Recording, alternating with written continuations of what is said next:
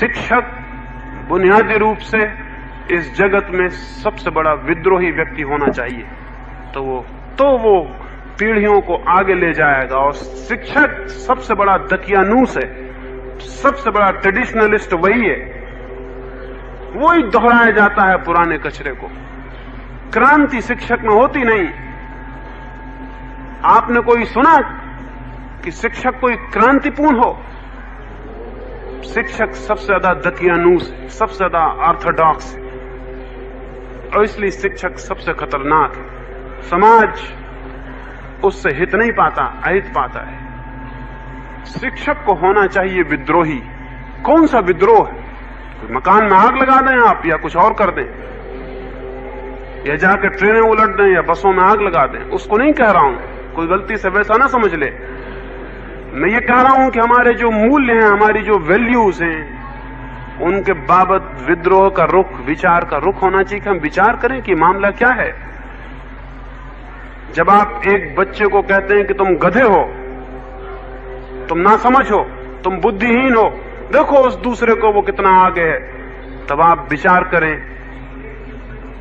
तब आप विचार करें कि ये कितने दूर तक ठीक है और कितने दूर तक सच है। क्या दुनिया में दो आदमी एक जैसे हो सकते हैं? क्या ये संभव है कि जिसको आप गधा कह रहे हैं ये वैसा हो जाए जैसा कि जो आगे खड़ा है? क्या ये आज तक संभव हुआ है?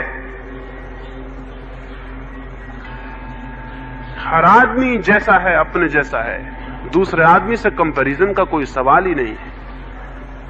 किसी दूसरे आदमी से उसकी कोई कंपैरिजन नहीं, कोई तुलना नहीं है। एक छोटा कंकड़ है वो छोटा कंकड़ है, एक बड़ा कंकड़ है वो बड़ा कंकड़ है। एक छोटा पौधा है वो छोटा है, एक बड़ा पौधा है बड़ा पौधा है। एक घास का फूल है वो घास का फूल है, गुलाब का फूल है गुलाब का फूल है। प्रकृति का जहां तक संबंध है, घास के फूल पर प्रकृति नाराज नहीं है और गुलाब के फूल पर प्रसन्न नहीं है। घास के फूल को भी प्राण देती है उतनी खुशी से जितने गुलाब के फूल को देती है। और मनुष्य को हटा दें तो घास के फूल और गुलाब के फूल में कौन छोटा है कौन बड़ा है कोई छोटा और बड़ा? घास का तिनका और बड़ा भारी चीड़ का दरख्त तो ये महान है, और ये घास का तिनका छोटा है, तो परमात्मा कबीर का घास के तिनकों को समाप्त कर देता। चीड़ चीड़ के दरख्त रह जाते दुनिया में। नहीं, लेकिन आदमी की वैल्यूज गलत है। यह आप स्मरण रखें। इस संबंध में मैं आपसे कुछ गहरी बात कहने का विचार रखता हूं, वो ये कि जब तक दुनिया में हम एक आदमी को दूसरे आदमी से कंपेयर करेंगे, तुलना करेंगे, तब तक हम एक गलत रास्ते पर चले जाएंगे। वो गलत रास्ता ये होगा कि हम हर आदमी में दूसरे आदमी जैसे बनने की इच्छा पैदा करते हैं, जबकि कोई आदमी किसी दूसरे जैसा न बना है और न बन सकता है। राम को मरे कितने दिन हो गए, क्राइस्ट को मरे कितने दिन हो गए, दूसरा क्राइस्ट क्यों नहीं बन पाता? और हजारों हजारों क्रिश्चियन कोशिश में तो 24 घंटे लगे हैं कि क्राइस्ट बन जाएं, और हजारों हिंदू राम बनने की कोशिश में, हजारों जैन बुद्ध महावीर बनने की कोशिश में लगे। बनते क्यों नहीं एकाध दूसरा क्राइस्ट, दूसरा महावीर पैदा क्यों नहीं होता? क्या इससे आंख नहीं खुल सकती आपकी? मैं रामलीला के रामों की बात नहीं कह रहा हूं, रामलीला में बनते हैं राम नहीं, आप समझ लें कि उनकी चर्चा कर रहा हूं। कई लोग राम बन जाते, वैसे तो कई लोग बन जाते।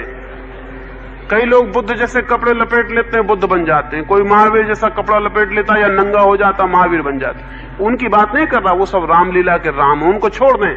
लेकिन राम कोई दूसरा पैदा होता।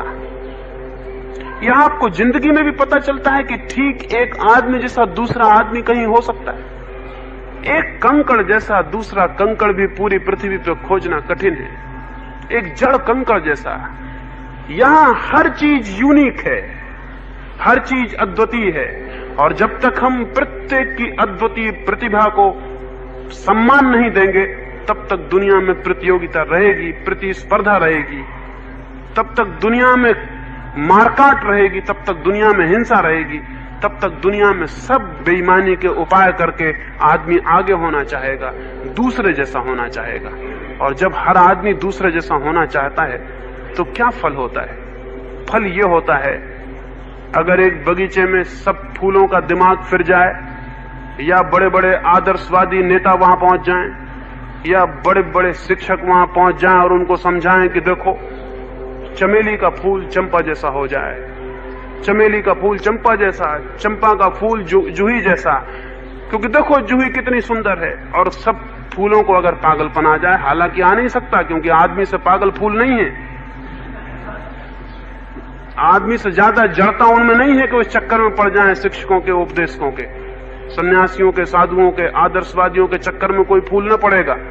लेकिन फिर भी समझ लें, कल्पना कर लें कि कोई आदमी पहुंच जाए और समझाए उनको और उनको ये चक्कर आ जाए और चमेली का फूल चंपा का फूल होने लगे, तो क्या होगा उस बगिया में? उस बगिया में फूल फिर पैदा ना होंगे, उस बगिया में फिर फूल पैदा नहीं हो सकते, उस बगिया में फिर पौधे मुरझा जाएंगे, मर जाएंगे। क्यों? क्योंकि चंपा लाख उपाय करे तो चमेली नहीं हो सकती। वो उसके स्वभाव में नहीं, वो उसके व्यक्तित्व में नहीं, वो उसकी प्रकृति में नहीं। चमेली तो वो चंपा हो ही नहीं सकती। लेकिन क्या होगा? चमेली होने की कोशिश में वो चंपा भी नहीं हो पाएगी, वो जो हो सकती थी उससे भी वंचित रह जाएगी। मनुष्य के साथ ही दुर्भाग्य हुआ है। ये सबसे बड़ा दुर्भाग्य है, अभिशाप है जो मनुष्य के साथ हुआ है कि हर आदमी किसी और जैसा होना चाह रहा है। और कौन सिखा रहा है ये षड्यंत्र कौन कर रहा है? ये हजार हजार साल से शिक्षा कर रही है। वो कह रही राम जैसे बनो, बुद्ध जैसे बनो, या अगर पुरानी तस्वीरें जरा फीकी पड़ गई तो गांधी जैसे बनो, विनोबा जैसे बनो, किसी न किसी जैसे बनो, लेकिन अपने जैसे बनने की भूल कभी मत करना। किसी जैसे बनना, किसी दूसरे जैसे बनो, क्योंकि तुम तो बेकार पैदा हुए, असली में तो गांधी मतलब से पैदा हुए। तुम्हारा तो बिल्कुल बेकार है, भगवान ने भूल की जो आपको पैदा किया। तो अगर भगवान समझदार होता, राम और गांधी और बुद्ध ऐसे कुछ 10-15 आदमी के टाइप पैदा कर देता दुनिया में, या अगर बहुत ही समझदार होता, जैसा कि सभी धर्मों के लोग बहुत समझदार हैं, तो वो एक ही तरह का टाइप पैदा कर देता। फिर क्या होता? अगर दुनिया में समझ लें कि 3 अरब राम ही राम हो, कितनी देर दुनिया चलेगी? 15 मिनट में सुसाइड हो जाएगा, टोटल यूनिवर्सल सुसाइड हो जाएगा। सारी दुनिया आत्मघात कर लेगी, इतनी बोर्डम पैदा होगी राम ही राम को देखने से, सब मर जाएगा एकदम। कभी सोचा सारी दुनिया में गुलाब ही गुलाब के फूल हो जाएं, सब पौधे गुलाब के फूल पैदा करने लगे, क्या होगा? फूल देखने लायक भी न रह जाएंगे, उनकी तरफ आंख करने की भी जरूरत न रह जाएगी। नहीं, ये व्यर्थ नहीं है कि प्रत्येक व्यक्ति का अपना व्यक्तित्व है। ये गौरवशाली बात है कि आप किसी दूसरे जैसे नहीं हैं। और ये कंपैरिजन की कोई ऊंचा है और आप नीचे हो, नासमझी का है। कोई ऊंचा और नीचा नहीं है, प्रत्येक व्यक्ति अपनी जगह है और प्रत्येक व्यक्ति दूसरा अपनी जगह है। नीचे ऊंचे की बात गलत है, सब तरह का वैल्यूएशन गलत है, लेकिन हम ये सिखाते रहे हैं। विद्रोह का मेरा मतलब है इस तरह की सारी बातों पर विचार, इस तरह की सारी बातों पर विवेक, इस तरह की एक एक बात को देखना कि मैं क्या सिखा रहा हूं। इस बच्चे को जहर तो नहीं पिला रहा हूं।